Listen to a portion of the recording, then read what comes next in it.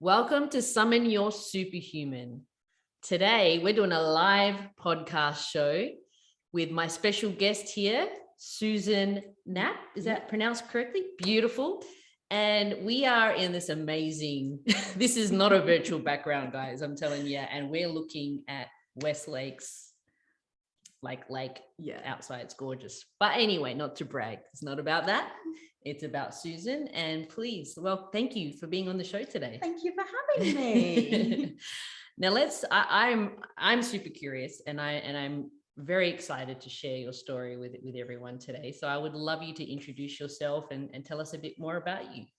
Sure. So my story has been a bit of an interesting journey. Mm-hmm. I grew up here in Adelaide, right. And at the age of 21, I left and moved to Kenya. And I was going for 3 months, and I came back 25 years later. So I didn't stay in Kenya for that whole time, but I ended up living and working in Kenya for about 10 years. Yep. In that time, I adopted my first child, who was 2 months old at the time and is now 24. Cool. Then I moved with her to Malaysia. Mm-hmm. And we lived on the east coast of Malaysia. I've been teaching most of my career. From there, we moved to Qatar in the Middle East, where I moved to Qatar with one child, my oldest, and 10 years later left with 4. So I adopted my second daughter from Kenya while I was living in Qatar. Adopted her as a baby as well. Mm-hmm. And then I'd never actually planned to have children of my own, and I ended up having them. So my son was born in Qatar when I was 39. Wow. And my daughter was also born in Qatar when I was 43. So living abroad also, I've always had live-in house help. Yeah. So having children, it's not like here in Australia where it's really, really, really challenging. So I left Qatar and moved to Rwanda, where I was the principal of a big international school there, acting principal. And then I worked in the head of the learning support department. And then sort of as things went a little bit pear-shaped, my job in Qatar is a bit of an interesting, their labour laws are quite interesting. So about 9.5 years into my life there, I got fired. Wow. And I was 7 months pregnant. And I wasn't the only one who got fired. There were about 50 of us who our contracts were not renewed, actually. Wow. And so what happened was, because I had a loan in Qatar, if you have a loan and you lose your job, you also lose your right to exit the country. And in addition, you lose your right to work. So it's a big problem. Yeah. And I'm also pregnant. Yes.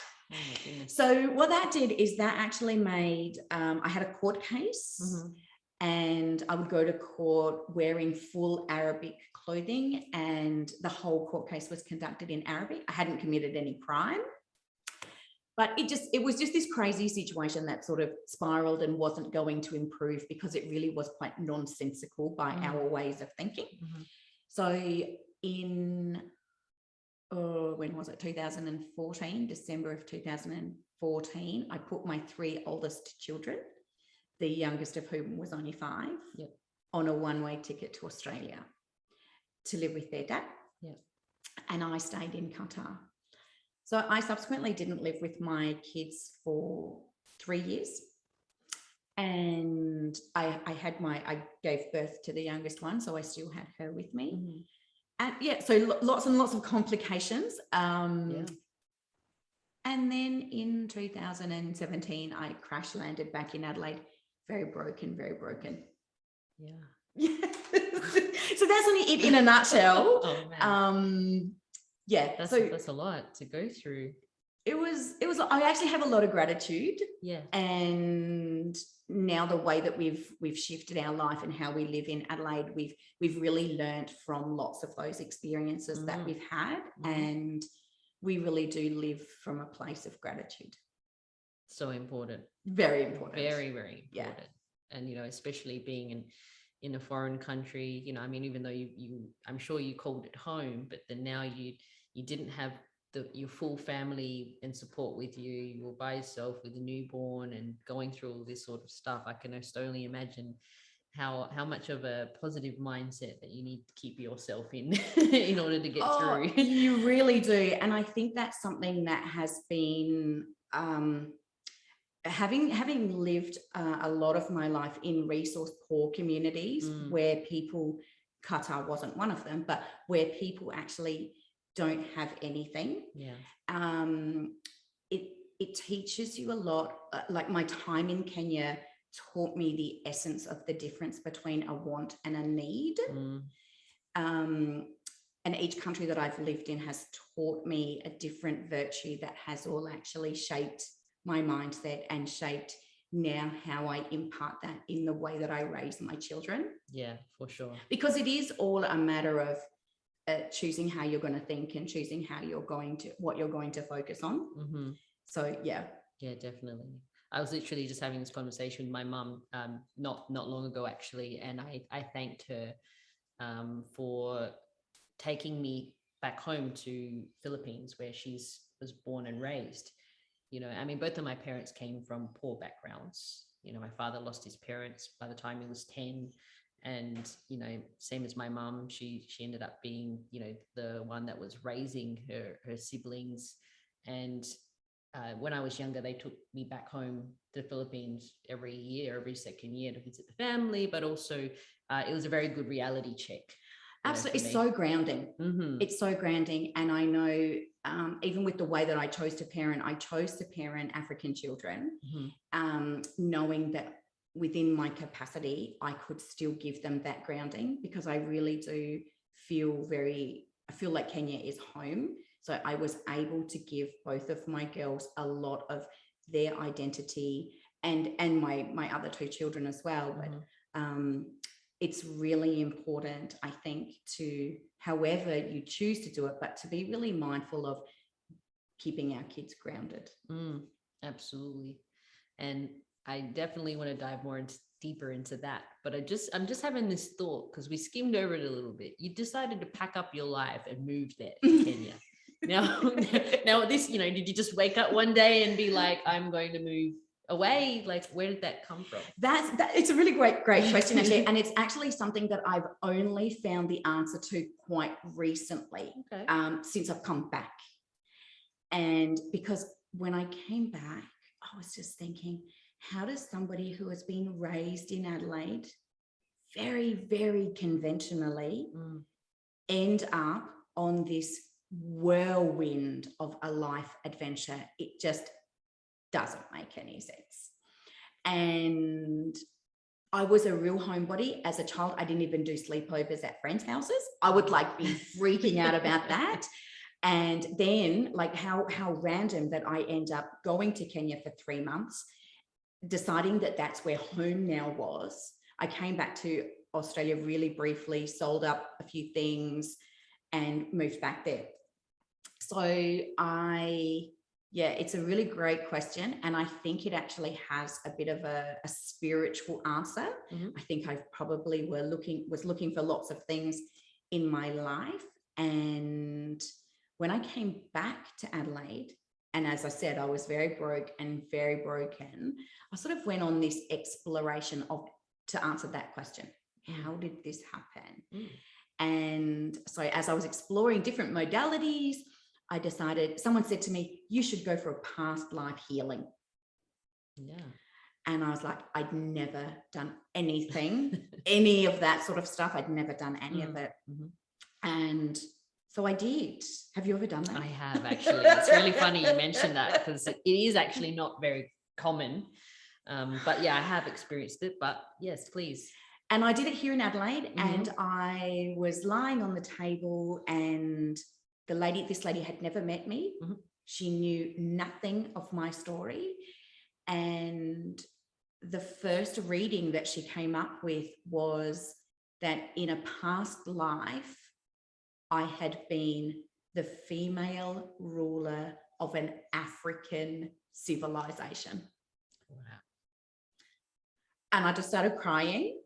And she didn't know me at all. Yeah. And then she went on to say that under my rule, my people had been massacred. Wow. And so it was her understanding that I had carried this guilt in through lifetimes, and that I'd come back in this lifetime to heal. So then it was actually really, really transformative, because as I said at the beginning, it is weird. How does someone from Adelaide, so conventional, it just didn't make sense. So just before I did the healing, or just before I came back to Adelaide, I'd actually been working in Rwanda. And you might be a bit young, but in 1994, there was a very big genocide in Rwanda. And 1 million people were massacred. And prior to that, I'd already been living in Kenya, and I'd always had this very, very, very strong connection with Rwanda, and I didn't know why. And I had subsequently met somebody who was Rwandese and had a baby with him. That's my youngest. Yep. And then we ended up going to Rwanda, and I was in Rwanda as the female head of an international school. Everybody in my team, there were 700 children and 40 staff, and all of them had genocide in their lived experience.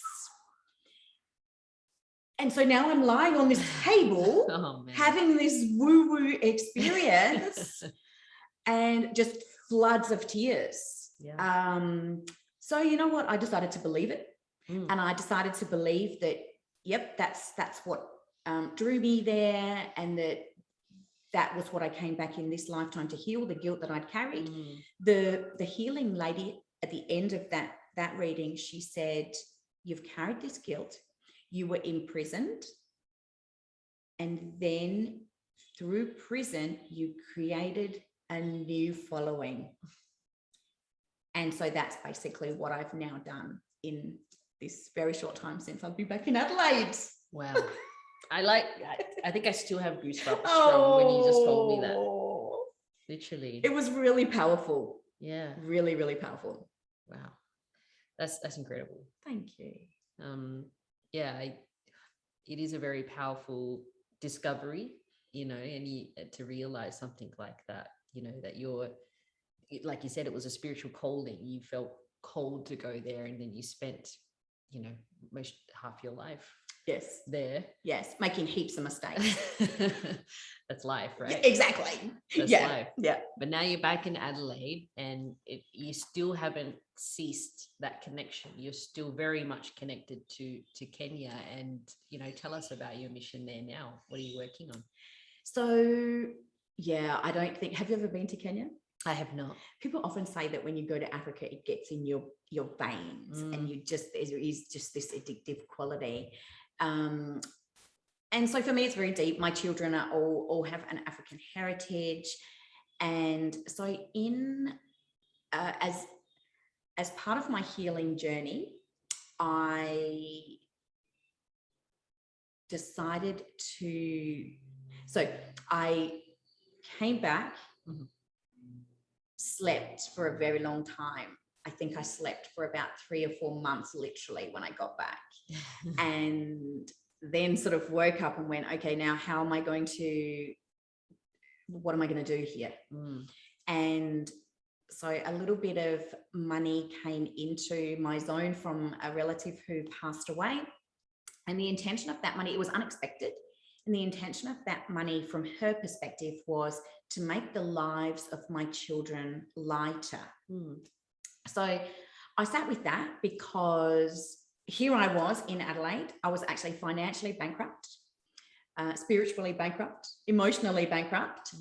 And with lots of gratitude living under my mum's roof. Yeah. So we were in this situation where by Australian standards, I think what lots of people would do if they got a little windfall would be to buy a house and set themselves up. Yeah. And as you can see, I'm not very conventional. So I decided that the way that I was interpreting making my children's lives lighter was to teach them the essence of being of service and the essence of paying it forward. Yeah. So in 2019, we went to Kenya. I assembled a team, and my two youngest, who are both now homeschooled, we went to Kenya, and we created an educational development, which we went to Rwanda as well. Yeah. We created 2 schools in Kenya. We created a library in Rwanda. And they're very, very basic, but we have an ideology that is connected with Australia and Kenya, in that we have great programs on the ground that our children get to engage in, but it's so much also connected to my children here in Adelaide and them understanding and creating their own purposeful enterprises that create this circular, sustainable economy where we are all one. Wow. Yeah, so that's what we do. Yes. and so you obviously you've got a reading program, is that correct, that you facilitate with the children? Yes. So our schools opened in January of 2020. Yeah, right. And closed in March. Yeah, well. So it was like, again, everything. This is where mindset comes in as well, because it wasn't like, oh my God, this is the end of the world, I can't get to Kenya. Or we had to actually think really creatively. Yeah. And again, I think when you work with people in resource poor communities, resourcefulness and creativity is something that you learn when your basic needs are not being met. So we created a program that had the children in Kenya as illustrators of a selection of children's storybooks. And my colleague who lives in England, she'd written the stories, the children in Kenya illustrated them. We then sell them here in Adelaide. We've also just had some versions of them are going to be on Amazon. Brilliant. And it's just been amazing. Which are these? Which are these? Yes. Which are these? They're gorgeous, and they've illustrated it. They've got the kids. And this one I'll hold because obviously for the audio you can't see it, but it says superhero coffee beans. So that's amazing. Yeah, and so the stories are very much about, it's about creating a social enterprise model where everyone is actively contributing to the greater good. So the idea of the books is that the children in Kenya have illustrated them. We sell the books and it pays for their dance lessons and their music lessons, but it's also been a bit of a catalyst for creating a digital literacy program where we're doing it in a very, very small way, but we've started connecting teachers here in Adelaide to our students in Kenya. Right. Where we actually don't have any electricity, we don't have any running water, but we do have mobile phones and we do have internet connectivity. That's good. And so we're able to create this beautiful union where our teachers in Adelaide are educating our kids about reading from books that they've created. Yep. And it's changing lots of lives. And it has this beautiful capacity to be scaled all over the developing world. Yeah. I mean, Susan, I know you were going to have an interesting story, but wowee. Well, I'm really complimented that you think it's interesting. Absolutely, and uniquely yours, and like you said, it is the Australian dream, right? You get a little bit of money, you buy the house, you set yourself up, but you had a bigger heart calling mission within you, and what a tremendous thing to be able to say you've done and doing, and still continually evolving. And like you said, you can scale it and it's going to grow. And I can really see that you're not only teaching the children over there this this greater ability to, you know, for sustainability and for education and things like that, but you're teaching your children, you know, like this exactly what you're speaking about, and ensuring that, you know, just like my parents did, that they understand it's not just, you know, it's not just easygoing, like it's okay, like what you do in life is about also giving back, and yeah, it's just, and it's really I think when I came back to Australia, and I started teaching when I got back here, and I thought, wow, kids here, their souls are actually not being nourished. And we've got lots of issues of things like anxiety, depression, self-harming, suicide. These things for me are actually scars on our soul. And I think our children are really suffering from some of our ideologies connected to consuming, connected to owning. I think there's lots of kids who, my kids actually say to me, because now I homeschool them, they say to me, we like you so much better when you don't work, because you have time and energy for us. Wow. So as a parent, that's a huge reality check. And as a parent who has always been a professional with a career, that was a huge reality check. So what we do is we now actually, it's always my intention to live the integrity of what we do in Africa and align it with the integrity of how the kids are being raised here. And they're pretty cool kids. They're very cool. Yeah, they're pretty cool. I've met I've met 3 of them now. Yes. Actually. So, and they're amazing from what I've known and been able to speak to them. But what they're doing is incredible. So maybe give a sneak peek, because I think I definitely need to you know, do one with your elder Aaliyah. Yeah, absolutely. But please introduce us. So what we did is, again, I think, so being financially bankrupt was actually an enormous liberating part of my life. The financial situation that I was connected to in Qatar that all went pear-shaped meant I got into all sorts of financial complications here in Adelaide. But when I actually filed for bankruptcy, I did it with a real conscious intention, and I did lots of research about people who had been financially bankrupt and how it had been a beautiful transition to the next phase of their lives. So then, not having very much actually taught us the essence of sufficiency and resourcefulness. And so what I do with my children is teach them how social enterprise can create sufficiency for themselves and sufficiency for others. So my 7-year-old, she is a fashion designer. She has created a 10-piece collection under the title of African Heritage. And so she models and does fashion shows with her own designs. She also makes soaps and candles, and the profits from her products go towards soap and sanitation products in Kenya. And my son, who is 11, his business is called 99% Marley, because he does what 99% of 11-year-olds don't do. And Marley created 3 hashtags, so he created his own line of clothing, and he created 3 hashtags, which are 99% kindness, 99% gratitude, and 99% courage. And so he has a podcast called 99 Seconds with Marley. And the essence of Marley's business, the intention is to make the world 99% kinder, more grateful, and more courageous. And you know that automatically just elevates your energy.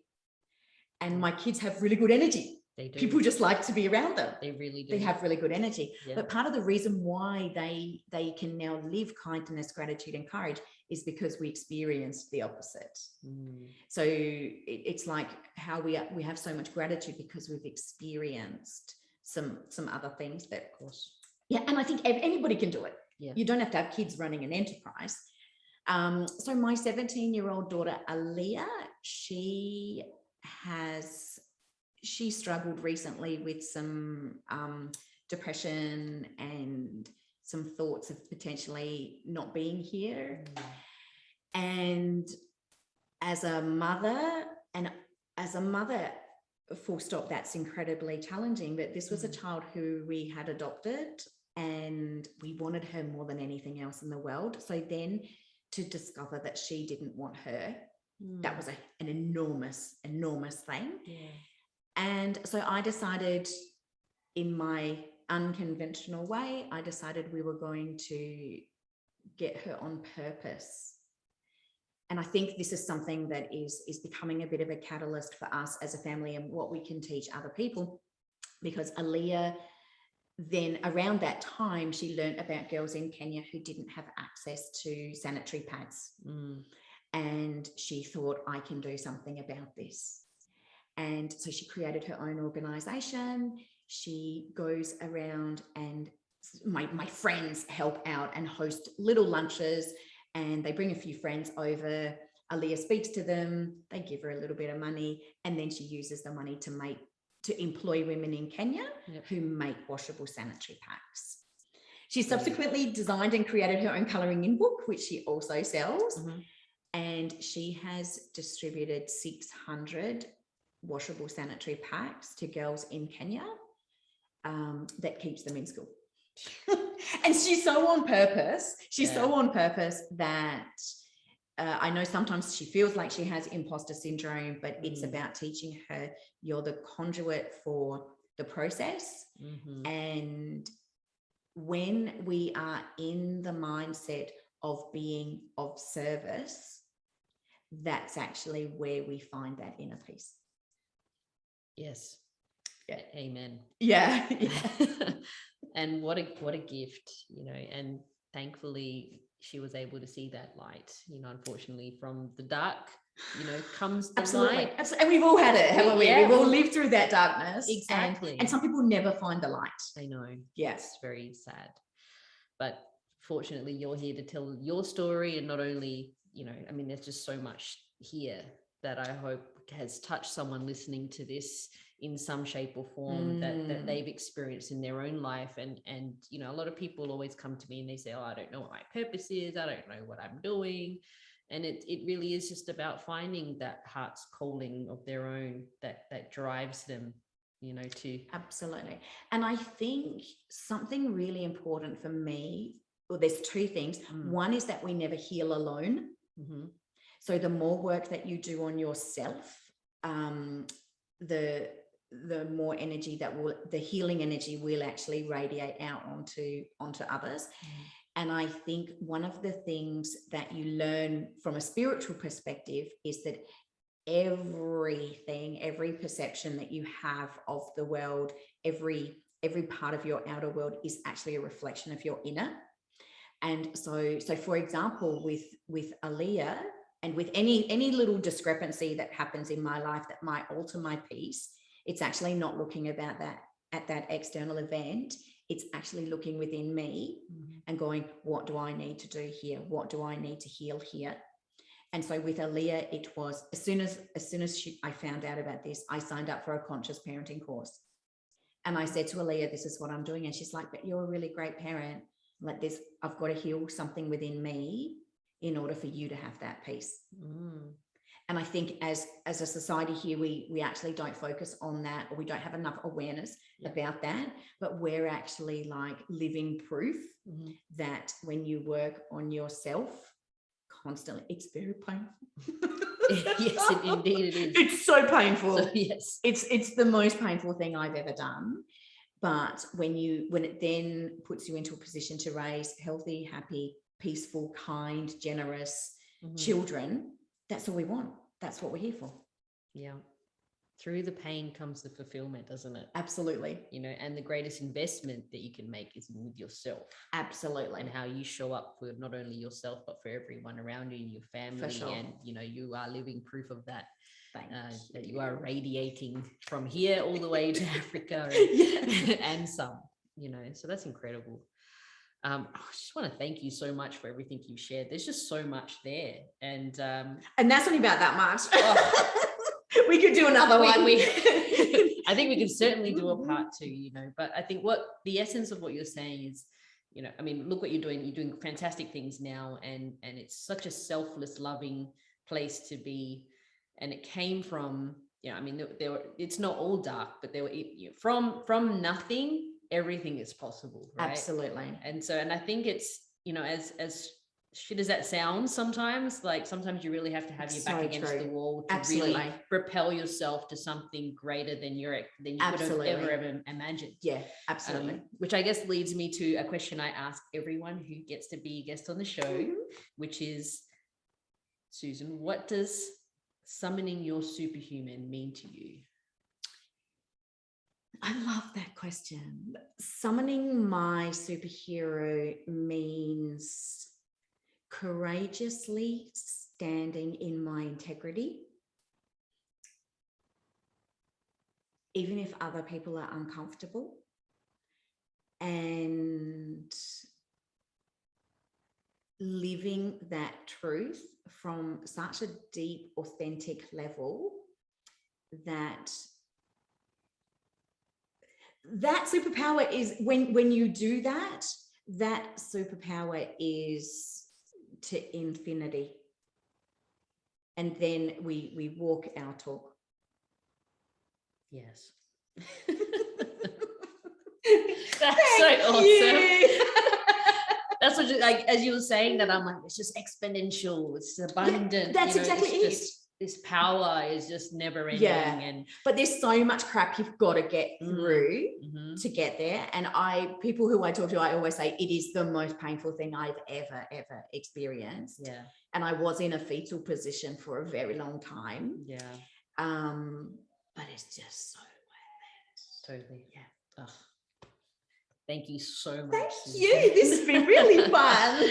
So how can you know, fellow superhumans find out more about you, find out more about how to maybe purchase some books or contribute in some shape or form? We love connecting with people. So our organization is called Into, with the number 2, Into Ed Africa. Yep. So our website is intoedafrica.org. Great. Our Instagram is @Africa. And the kids are 99% Mali on Instagram, Amalia_Malaika, and Maisha Flow. Maisha.flow is Aaliyah. That means life flow. That's her period poverty project. That's beautiful. I'm going to add all of that into the show notes. Please. And I just want to thank you again so much for sharing your story. We were meant to meet. Oh, 100%. We were meant to no meet. doubt in my mind. Thank you. And yeah, thank you so much. You're so welcome.